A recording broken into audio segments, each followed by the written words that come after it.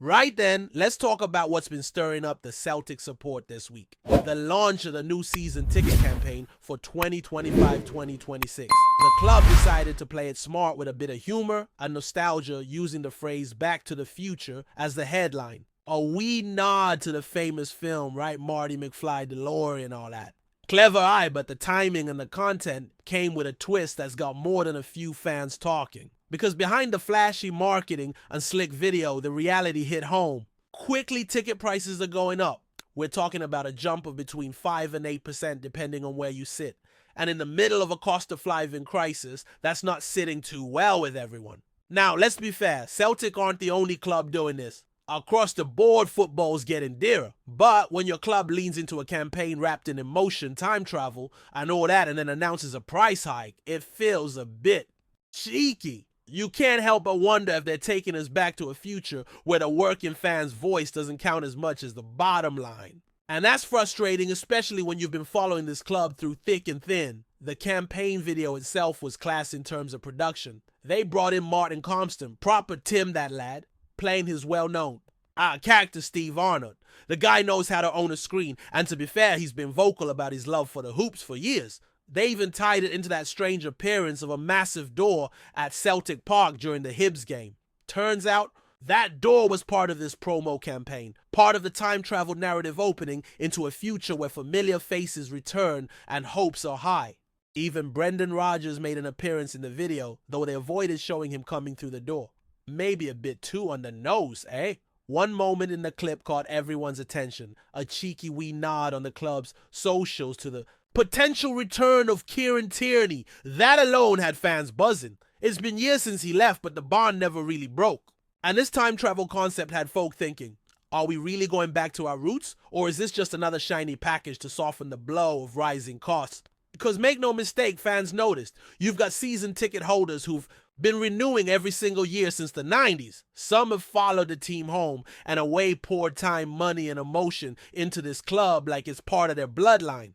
So when they see the adult prices go from 559 quid to 608, it stings. That's a solid 8% bump no matter how you dress it. For supporters over 65, it's going up to 376. Now, fair play to the club for keeping the under 18 prices the same. 50 quid for the wee ones under 13 is decent. But overall, you've still got a lot of people wondering where the loyalty balance really sits. Then there's the fine print that price doesn't include Champions League qualifiers or the group stage. You'll need to pay extra for those as well as for at least 4 additional games. So what's being called a season ticket is really just a base package. And for those dreaming of big European nights under the lights at Parkhead, that means more money out of pocket. Not to mention the deadline to renew is May 30th, giving fans just over a month to scrape together the cash. And in this climate, that's a big ask. Social media has been a bit of a war zone over it. Some fans are properly raging, posting screenshots calling the club, out questioning priorities. Others are, as always, a bit more measured, disappointed. But not surprised. Because let's be honest, this isn't new. There's been gradual price hikes before, and the Champions League qualifiers haven't always been part of the deal. Some years they were, some years they weren't. Depends on the phase, the draw, the politics of UEFA, and maybe a wee bit of Celtic's own budgeting. One fan mentioned paying 184 quid for a 4-match European package last season. Works out at 46 per game, and if you think about it, that's a lot for just getting out of the group. But it's not just the tickets, is it? It's the travel, the merch, the tele packages, the food in the stadium. It all stacks up. And when you're launching 4 new kits a season, you gotta ask, where's the line? Now, before folks start pointing fingers, it's important to remember that compared to the English Premier League, Celtic tickets are still somewhat affordable for now. Down south, prices are mental. Arsenal's cheapest adult season ticket is over £1,000. Tottenham's sitting at 856 and Liverpool's not far behind at 713. Newcastle with their buzzing support charge 662. So it could be worse. But the point isn't just about raw numbers. It's about context. The Scottish game isn't raking in the same cash as the English top flight. The TV money, the sponsorships, the global exposure, it's a different world. So fans here feel the pinch more directly. It's a tough balancing act for the club, no doubt. They want to be competitive in Europe, sign quality players, keep the squad strong. But that money's got to come from somewhere, and more often than not, it's the fans who foot the bill. And that brings us back to the big question. Are we pricing out the soul of the game, the average supporter, the working class fan who built this club from the terraces up? At the same time, there's still that fire, that passion that doesn't die. Despite the hikes, most supporters will still renew. They'll grumble, maybe skip a few pints, maybe cut back somewhere else. But there'll be no stand scarves, raised voices loud, because this club means more than money ever could. And that's what makes it so complicated. The love runs deep, and the club knows it. They know we'll show up. They know we'll follow. So when they put out a campaign with a massive Dor Martin Compton in character and whispers of Kieran Tierney coming back, it works. It grabs the heart. It plays the right notes. But alongside all that, there's a growing sense that the relationship between club and fans is becoming more transactional. Less about shared dreams, more about shared costs. Even with all this going on, there's still plenty of optimism around Celtic Park. The league title is within reach, and with one more win, the celebrations could kick off in style. Brendan Rodgers, back at the helm, has got the team ticking again, and the support is ready to erupt. Tannadice is a stage, and the stakes couldn't be higher. It's not just about lifting the trophy, it's about doing it with a performance, with style, with authority. The kind of day that fans remember for years. There's also that funny pattern that started to emerge. Every time Rodgers has won the league with Celtic, it's been with a 5-0 result. Tynecastle during the Invincible season, then again at Parkhead against the old rivals, and last year at Rugby Park. Could it happen again? Maybe. There's something about this team. When the pressure's on, they seem to find another gear. But even if it's not 5-0, even if it's a scrappy 1-0, the job just needs done. Win it, wrap it up, and focus on what comes next. Because after the title, there's the cup final, another shot at a treble. And that for Celtic has become almost expected. But it's never guaranteed. The standards are sky high, and that's a testament to just how strong the club has been in recent years. That doesn't mean everything's perfect. Far from it. Fans still have questions about spending, about transfers, about where the money's going. But for now, with the league nearly in the bag and a final ahead, most are putting those concerns, us, to the side. Because moments like these don't come around every day. And for those who followed this club through thick and thin, they're not to be taken lightly. And speaking of moments you do not take lightly, let us be honest. There is nothing like winning a title away from home. Sure, lifting the trophy at Celtic Park would be magic, but there's something almost poetic about doing it on enemy turf, about silencing another ground and making it ours for the day.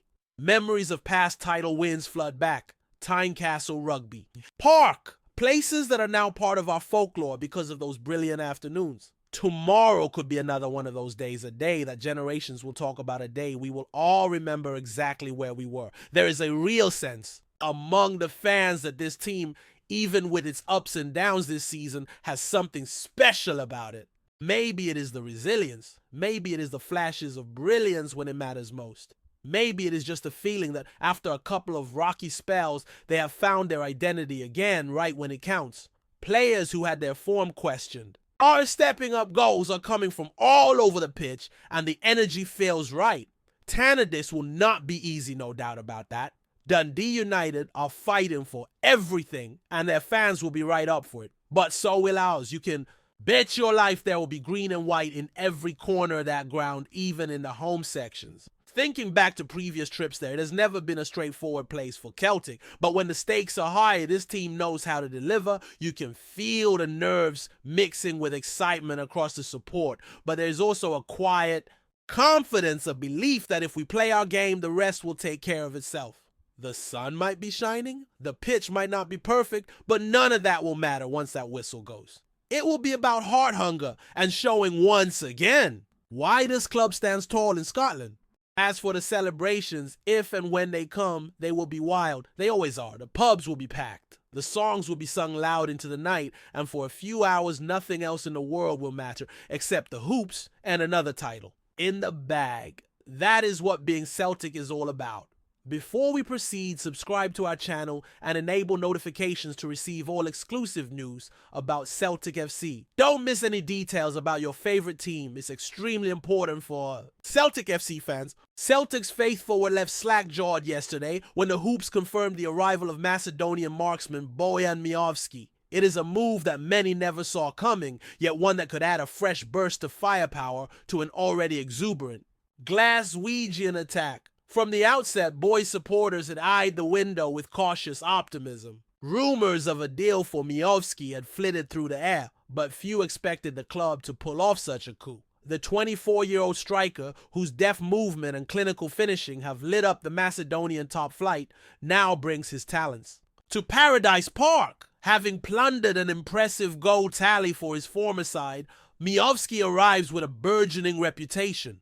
His agility and keen eye for goal make him a natural fit for Brendan Rodgers' high-octane system, where swift passing and incisive runs underpin every attack. Indeed, training reports suggest that he has slotted in with ease, forging an early understanding with Celtic's creative midfielders. Rodgers himself voiced his delight at the capture. Bojan is the sort of proactive forward we admire. He possesses a relentless work ethic and the instincts to thrive here.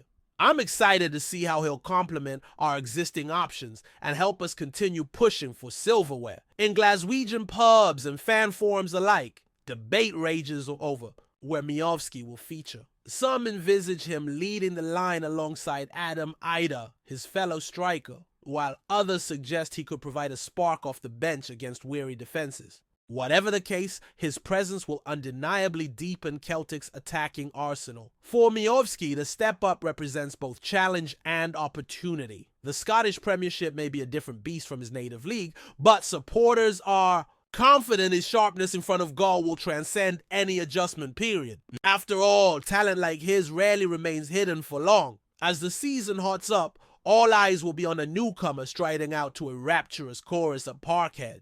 If he replicates the form that propelled him to prominence, Celtic's rivals may find themselves looking over their shoulders at a fresh source of threat, one wearing the famous green and white hoops. Hello, fam! Don't forget to like and subscribe to the channel, as it means a lot to Celtic FC. Also, share your opinion about the news in the comments below. See you in the next video.